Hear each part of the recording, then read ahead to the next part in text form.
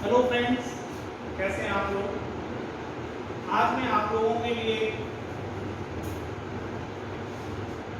Rajasthan civil जज junior division examination 2021 से संबंधित जानकारी लेकर आया हूं। आप सभी लोगों को जैसा कि मालूम है कि राजस्थान स्टेट के द्वारा राजस्थान सिविल जज जूनियर डिवीजन परीक्षा के लिए 120 पद पर आवेदन की मांग की गई। 120 पद के लिए एडवर्टाइज आया है। इससे रिलेटेड कुछ बातें आज हम आपसे कुछ जानकारी आपके साथ शेयर करेंगे। ये जो परीक्षा है ये 2020 में नहीं हुई थी, 2021 में हो रही है, यानी कि 2020 के लिए कोई भी आवेदन नहीं आया था। इसलिए सबसे पहले मैं उन लोगों को एक खुशखबरी देना चाहता हूं जो लोग 2020 में इस परीक्षा के लिए ओवर एज हो गए थे, वो सभी लोग इस परीक्षा में अपनी किस्मत आजमा पाएंगे। अपने कर्म के बल पर वो इस परीक्षा में सफलता प्राप्त कर सकते हैं। इसका मतलब वो लोग ओवर एज नहीं है। दूसरी चीज, मैं उन लोगों को भी ये खुशखबरी देना चाहता हूं कि जो लोग ये समझते हैं कि जुडिशरी की परीक्षा में सिर्फ 35 ईयर की एज तक ही हम परीक्षा दे सकते हैं, तो राजस्थान ने आपके लिए एक विशेष व्यवस्था की है कि आप 40 वर्ष की अवस्था तक परीक्षा दे सकते हैं। अर्थात अगर आपकी आयु अभी बिलो 40 ईयर्स है तो आप इस परीक्षा के लिए एलिजिबल हैं। ये जो आवेदन है, जैसा कि आप सब लोगों को मालूम है, honourable Rajasthan high court Jodhpur के द्वारा विज्ञापित किए गए हैं। जिस पद के लिए आप जा रहे हैं इसका पे ग्रेड 27,700, इसका जो पे ग्रेड है वो 27,700 टू 44,770।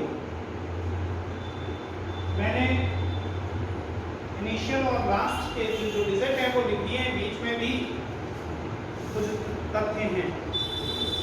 आप सभी लोग जानते हैं कि जो टोटल वैकेंसी है आपको पहले से पता चल चुका है। टोटल वैकेंसी है वो 120 है और आपकी नज़र जहां तक नहीं पहुंची है वहां पर मैं आपकी नज़र पहुंचाना चाहता हूं। इसमें 89 वैकेंसी 2020 की है और 31 वैकेंसी 2021 की है। इस तरीके से ये टोटल 120 वैकेंसी होती है। तो टोटल वैकेंसी 120 है। ध्यान रखना होगा इसमें ओपन कंपटीशन,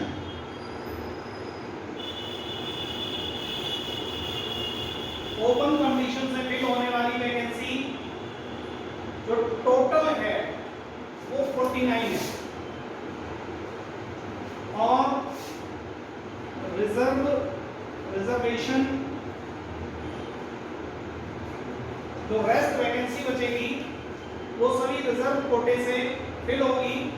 लगभग 71 जो ऑफिस हैं, जो पद हैं, वो रिजर्व कोटे से फिल किए जाएंगे।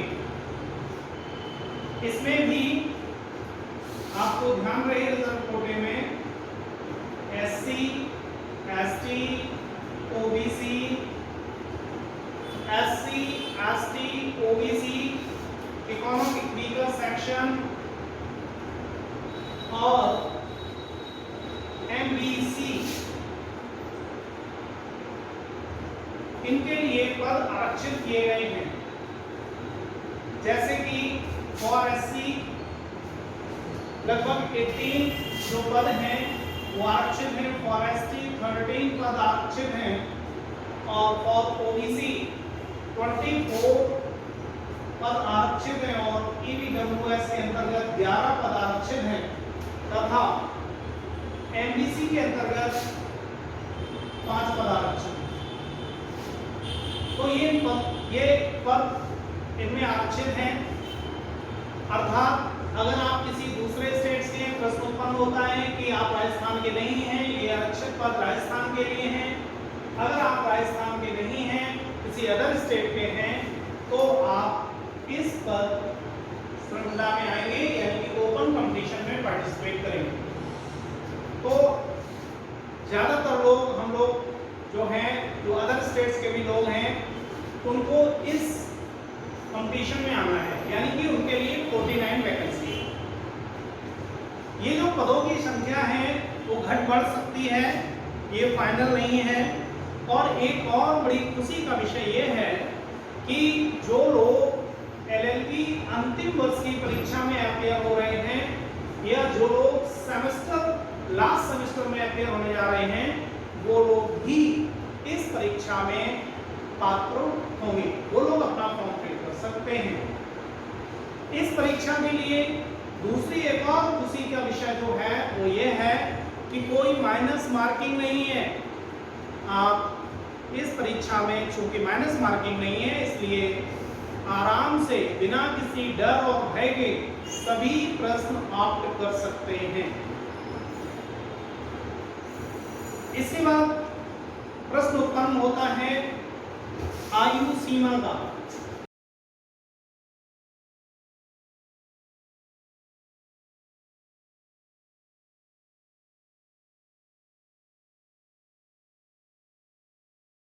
अब हम एज से रिलेटेड बात करेंगे कि इस परीक्षा के लिए किसी भी अभ्यर्थी की एज क्या हो, आयु सीमा क्या हो। तो इसको आपको ध्यान रखना है, 21 ईयर से कम नहीं होना चाहिए और 40 ईयर्स से अधिक नहीं होना चाहिए।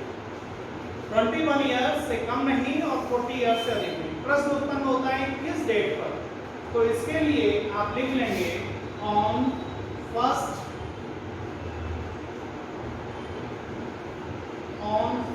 जनवरी 2022। जैसा कि मैंने कहा था अभी आपसे, चूंकि 2020 में वैकेंसी नहीं आई थी, तो जो लोग 1 जनवरी 2021 को एलिजिबल थे वो लोग भी फॉर्म फिल कर सकेंगे, यानी कि those who are eligible on 1 January 2021 they are also entitled to fill the form। इसके बाद और जो जानकारी आपको चाहिए वो ये कि किसी भी परीक्षा में जाने के लिए आपका चरित्र सुंदर होना चाहिए, आपका चरित्र अच्छा होना चाहिए। और अच्छा चरित्र होने के लिए आपको एक सर्टिफिकेट की जरूरत पड़ेगी। इसके लिए आपको दौड़ने भागने की जरूरत नहीं है। जो लोग एलएलबी पास आउट कर चुके हैं, जब आप एलएलबी पास आउट करते हैं उस समय कॉलेज के द्वारा एक आपको चरित्र प्रमाण पत्र जारी किया जाता है। उस चरित्र प्रमाण पत्र की प्रति आपको लगानी होगी। और दूसरा, आपके आसपास जो लोग आपसे परिचित हैं, जो अच्छे लोग हैं, जो आपसे परिचित हैं, उन 2 लोगों का चरित्र प्रमाण पत्र आपको लगाना होगा। ये 2 लोग आपको बताएंगे कि आपका चरित्र बहुत सुंदर है, बहुत अच्छे व्यक्ति हैं। इसके बाद अब हम लोग बात करेंगे परीक्षा शुल्क, एग्जामिनेशन फी। परीक्षा शुल्क की बात करेंगे तो ध्यान रखें, यहाँ पर 3 वर्ग में परीक्षा शुल्क कैटेगराइज किया गया है। 1000 रुपीज एक परीक्षा शुल्क की बात करेंगे तो 1000 रुपीज 750 rupees एंड 500 rupees। ये 500 rupees जो है वो for SC and ST related with the Rajasthan, SC and ST related with the Rajasthan, और साथ में जो दिव्यांग हैं उनके लिए है। इसके बाद अब बात आते हैं कि 750 इसके लिए है, वो है इकोनॉमिक वीकर सेक्शन, EWS, और OBC candidate non creamy layer. ऐसे OBC कैंडिडेट जो नॉन क्रीमी लेयर हैं उनके लिए है।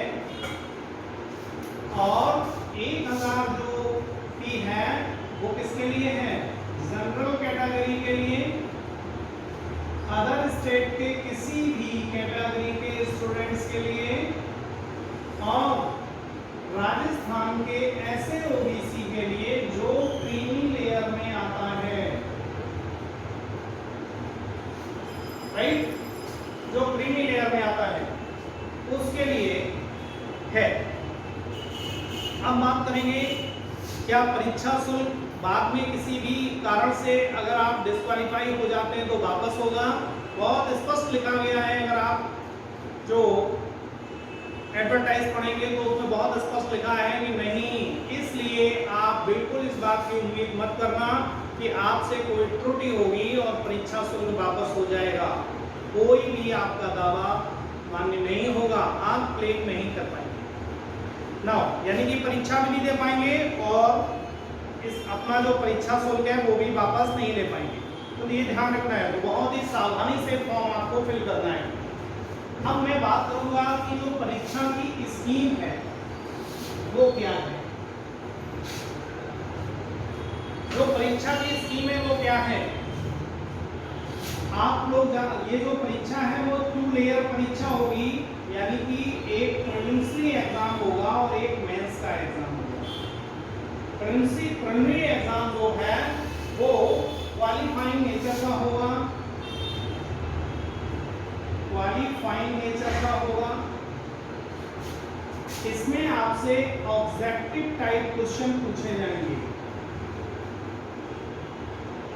ये जो पेपर है वो इसमें आपसे 100 क्वेश्चंस पूछे जाएंगे। ये 100 क्वेश्चन 100 मार्क्स के होंगे। इसमें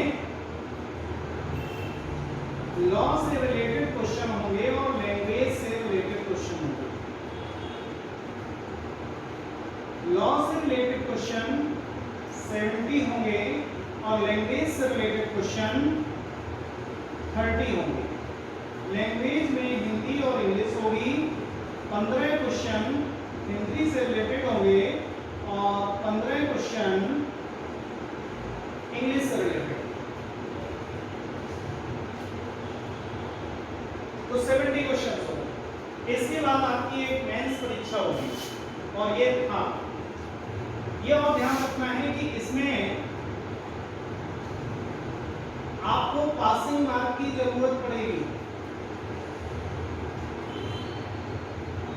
जो लोग ये पासिंग मार्क्स जो इन्होंने कट ऑफ बनाया हुआ है, कट ऑफ को क्वालिफाई करेंगे या पासिंग मार्क को क्वालिफाई करेंगे, वही आगे मेंस की परीक्षा के लिए क्वालिफाई माने जाएंगे। अब ये जो पासिंग मार्क है वो कितना है? पासिंग मार्क कितना है? ध्यान रखेंगे 40% मिनिमम मार्क्स SC ST के लिए लाना जरूरी है और 45% marks general and OBC candidate, economic weaker section and other, जो भी आपने SC ST के अलावा लिखे थे, एंड अदर्स, इनके लिए 45% मार्क्स लाना जरूरी है। अगर ये लोग 45% मार्क्स लेते हैं तो इन्हें क्वालिफाई घोषित किया जाएगा। लेकिन जो वैकेंसी है यानी कि 120 वैकेंसी है उसका 15 टाइम्स, 120 का 50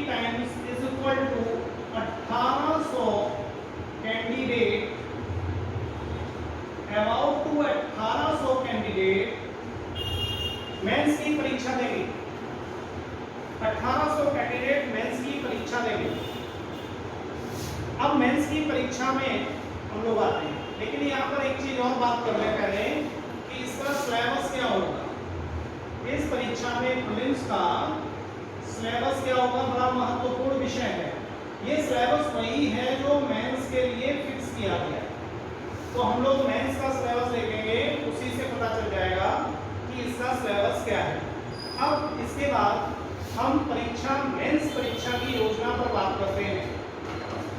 आप ध्यान रखेंगे जो 1800 जो भी क्वालिफाइंग 1800 कैंडिडेट होंगे वो मेंस के लिए एलिजिबल होंगे और उन लोगों को law first, law second, language first and second, ये 4 पेपर्स उनको देने होंगे। इसके लिए अलग अलग सिलेबस दिया गया है। जहां तक लैंग्वेज का विषय है, एक हिंदी होगी और एक इंग्लिश होगी।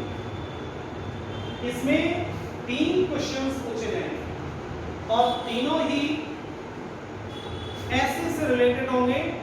एक ऐसे बड़ा होगा, दूसरे जो अदर ऐसे हैं वो छोटे होंगे। इसमें आपको 3 टॉपिक दिए जाएंगे, 3 टॉपिक, 4 टॉपिक, 2 टॉपिक दिए जाएंगे। उनमें से किसी एक टॉपिक पर आपको राइट करना है 750 वर्ड्स, 300 वर्ड्स, उसमें आपको लिखना है। तो 3 ऐसे इसमें आएंगे और 3 इसमें आएंगे। अब बात करते हैं लॉ से रिलेटेड सिलेबस की। अब ये जो लॉ से रिलेटेड सिलेबस है, जैसा कि मैंने आपसे कहा कि लॉ फर्स्ट और लॉ सेकंड। अब law first basically civil law से रिलेटेड होगा और लॉ सेकंड जो है वो क्रिमिनल लॉ से रिलेटेड होगा। सिविल लॉ और क्रिमिनल लॉ, अब इन दोनों को हम लोग देख लेते हैं कि जो सिलेबस होगा वो मेंस में क्या होगा। और चूंकि ये इसलिए ध्यान रखना जरूरी है क्योंकि यही सिलेबस आपका प्री में भी होगा। तो अभी आपके सामने जो महत्वपूर्ण विषय है वो प्री है। तो प्री का सिलेबस क्या है, इसलिए इसको ध्यान रखने की जरूरत है। इसलिए हम लोग थोड़ा सा ध्यान से इसको देखते हैं। जो भी हमने आपसे कहा सिविल लॉ, तो इसमें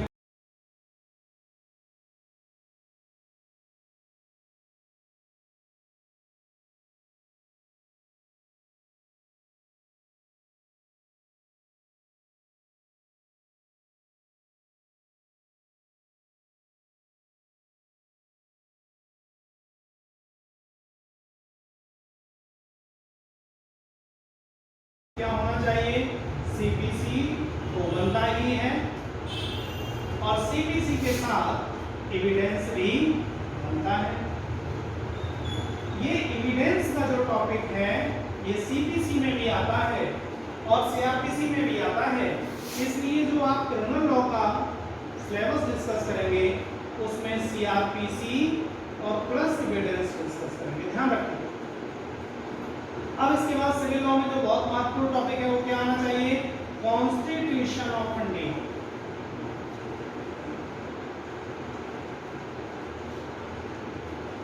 इसमें कॉन्स्टिट्यूशन ऑफ इंडिया आपसे पूछा जाएगा। और क्या आना चाहिए, Indian contract act.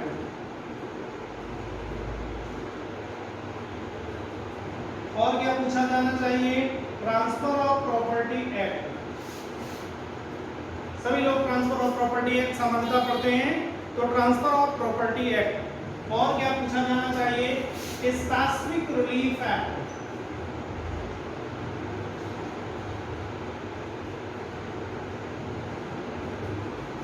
Specific relief act पूछा जाएगा। और क्या पूछा जाएगा, interpretation, rules of interpretation, interpretation of statute, interpretation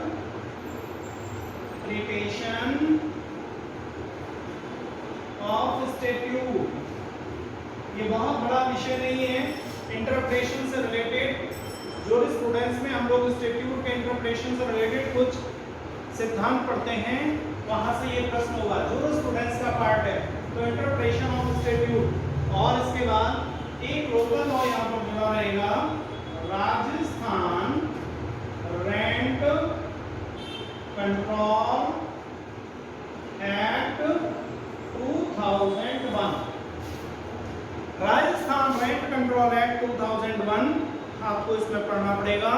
और ऑर्डर और judgment writing, order writing and judgment writing. अब चूंकि फर्स्ट पेपर में इसको सिविल वाले पेपर में पढ़ रहे हैं, तो ये जो जजमेंट राइटिंग है वो सिविल से ही रिलेटेड होगी। अब बात करते हैं कि जो क्रिमिनल लॉ है उसका सिलेबस क्या होगा। अब क्रिमिनल लॉ की बात करते हैं, तो syllabus of criminal law second paper का सिलेबस क्या होगा। जैसे कि मैंने आपसे पहले कहा था, सीआरपीसी और इसके साथ में एविडेंस, और दूसरा क्या होगा, मेजर एक्ट यहाँ का जो है वो आईपीसी है। बिना आईपीसी के क्रिमिनल लॉ कंप्लीट नहीं हो सकता। और इसके बाद क्या है, जेजे एक्ट 2015, और क्या है, एनआई एक्ट। लेकिन आपको ध्यान रखना है, कंप्लीट एनआई एक्ट आपको नहीं पढ़ना है, बहुत ही आपको कंसाइज कर दिया गया है यहाँ पर। ओनली एनआई एक्ट का चैप्टर 17 पढ़ना है, जो कि अप्लाइड पार्ट है, यानी कि एनआई एक्ट का जो अप्लाइड पार्ट है वो आपको पढ़ना है। इसके बाद domestic violence act, DV act 2005 आपको पढ़ना है। पॉक्सो आपको 2000 एक्ट, इसके बाद 2005, और उसके बाद पॉक्सो 2012 पढ़ना है। पॉक्सो 2012 पढ़ना है। और इसके बाद the indecent representation of women provision act, इसके अलावा द इंडिसेंट, यहां पर लिख रहे हैं, आपको समझ में आएगा, the indecent women's provision act, ये आपको एक अतिरिक्त एक्ट पढ़ना पड़ेगा। और the sexual harassment act of women, the sexual harassment act of women provision act है, ये प्रोविजन एक्ट ऑफ वुमेन आपको पढ़ना पड़ेगा। ये 2013 एट वर्क प्लेस, ये 2013। तो the sexual harassment provision act at work place 2013, ये भी आपको यहाँ पर डिस्कस करना है। और एक और provision of offender act, provision of offender act, ये आपको पढ़ना पड़ेगा इस सिलेबस में। और लास्ट में framing of charge and judgment writing,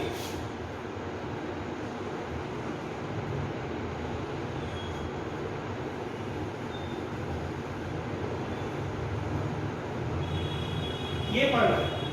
यहाँ पर आपको बहुत ध्यान रखना है, इसमें से मैक्सिमम जो अदर स्टेट्स के लोग हैं उनका मैं ध्यान इस ओर आकर्षित कराना चाहता हूँ कि इसमें से जो मैक्सिमम एक्ट हैं वो एक्ट आप लोगों ने पढ़े हुए हैं। इसमें से जो मेजर एक्ट है वो आपने पढ़े, जैसे कि सीपीसी आप लोग पढ़ते हैं, एविडेंस आप पढ़ते हैं, कॉन्स्टिट्यूशन आप पढ़ते हैं, कॉन्ट्रैक्ट भी पढ़ते हैं, टीपीए भी पढ़ते हैं, स्पेसिफिक रिलीफ एक्ट भी पढ़ते हैं। और जूरिस्प्रूडेंस जो भी आपके सिलेबस में होता है, जैसे यूपी के सिलेबस में जूरिस्प्रूडेंस है, इसलिए इंटरप्रिटेशन ऑफ स्टैट्यूट्स भी आपने पढ़ा हुआ है। इसके बाद सीआरपीसी आपने पढ़ा है, एविडेंस भी डिस्कस करे हैं, आईपीसी भी डिस्कस किया है। अब जो रेस्ट पार्ट बचेंगे वो आपने नहीं पढ़े हुए हैं, जो आप लोग सामान्यतः जो अदर स्टेट्स के लोग हैं जो एक ही स्टेट पर कंसाइज करते हैं, दूसरे स्टेट में नहीं आते, जो लोग सभी स्टेट्स में आया जाया करते हैं उनको ये सभी से परिचित है। लेकिन जो एक ही स्टेट पर कंसंट्रेट करते हैं उन लोगों ने कुछ एक्ट यहाँ पर एक्स्ट्रा पढ़ने पड़ते हैं, जैसे कि राजस्थान कंट्रोल एक्ट, ये आपको एक्स्ट्रा पढ़ना पड़ेगा। और इसके बाद JJ act, NI act, PD act, DV act और पॉक्सो, ये एक्ट आपको एक्स्ट्रा पढ़ने पड़ेंगे। बहुत छोटे छोटे एक्ट हैं, बहुत बड़े नहीं हैं। अगर हम सभी एक्ट्स को एक साथ लगा दें तो आपका ज़्यादा से ज़्यादा एक आईपीसी भी तैयार नहीं हो पाएगी। तो छोटे छोटे एक्ट हैं। और ध्यान रखिएगा कि जो मेजर एक्ट है, उस मेजर एक्ट में लॉ से जो 70 क्वेश्चंस पूछे जाने वाले हैं, उसमें से लगभग 70% ये जो मेजर एक्ट है जो आप लोग पढ़ चुके हैं वहां से क्वेश्चन पूछे जाएंगे, और 30% क्वेश्चन अदर जो छोटे छोटे एक्ट्स दिए गए हैं वहां से पूछे जाएंगे।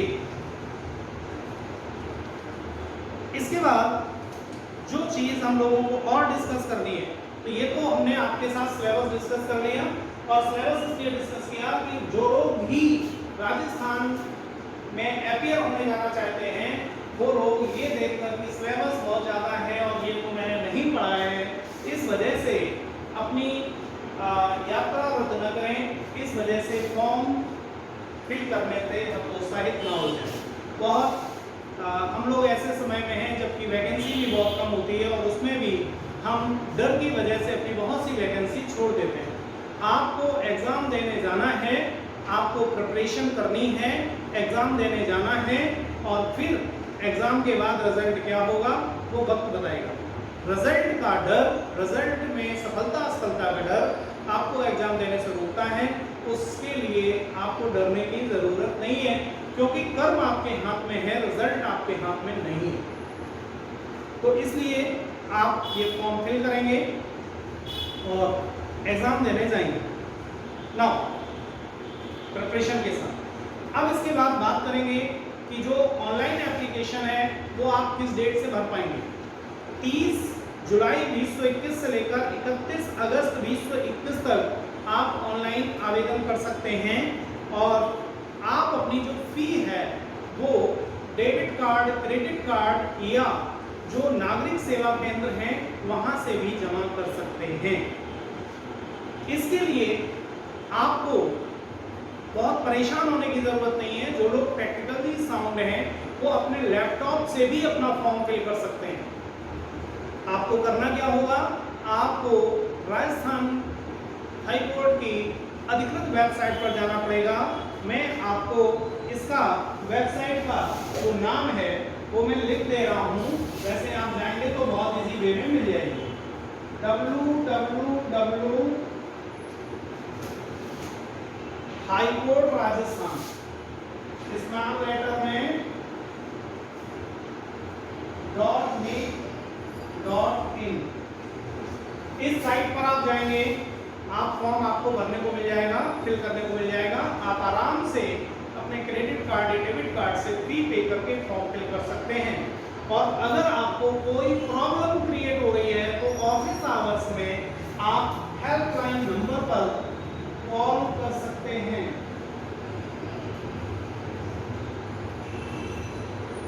हेल्पलाइन नंबर पर कॉल कर सकते हैं।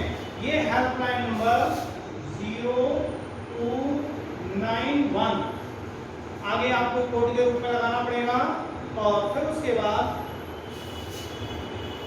2888 और दूसरा नंबर है 288101। इन दोनों में से किसी भी नंबर पर आप कॉल करेंगे, आपको हेल्प मिलेगी। आपकी सहायता के लिए ऑनरेबल हाई कोर्ट में यह हेल्पलाइन नंबर चालू है। तो इससे रिलेटेड आपको कोई भी जानकारी मिल सकेगी। फॉर्म भरने में कोई प्रॉब्लम आ रही है वो भी आप इसमें अपना सॉल्व कर सकते हैं। तो इस तरीके से मैंने आपके सामने राजस्थान सिविल जज परीक्षा से रिलेटेड जो एडवर्टाइज अभी प्रकाशित हुआ है उसके बारे में हमने आपको डिटेल जानकारी दी है, और साथ में सिलेबस भी बताया है, और पास किस तरीके से होंगे, कैसे आप क्वालिफाई होंगे, किस सब्जेक्ट पर आपको ज़्यादा फोकस करना है, आपका डर कहाँ पर है, और कैसे आपका सिलेक्शन हो, इस विषय पर हमने चर्चा की। नेक्स्ट वीडियो में हम फिर आपसे ऐसे ही किसी विषय को लेकर मिलेंगे। और ये ध्यान रखें कि जो लोग भी, जिस व्यक्ति के पास भी ये वीडियो पहुंच रहा है को प्रगति जुडिशियल एकेडमी की ओर से राजस्थान सिविल जज एग्जामिनेशन 2021 के लिए कुछ वीडियोस भी जारी किए जाएंगे, जो है उस पीजीए पर मिलेगा, पीजीए के एड्रेस पर वो चीजें आपको मिलेंगी। कुछ वीडियो जारी किए जाएंगे और कुछ स्पेशल क्लासेस भी संचालित किए जाएंगे। तो जब भी आपको ज़रूरत हो तो आप पीजीए से कॉन्टैक्ट करें। Thank you to all.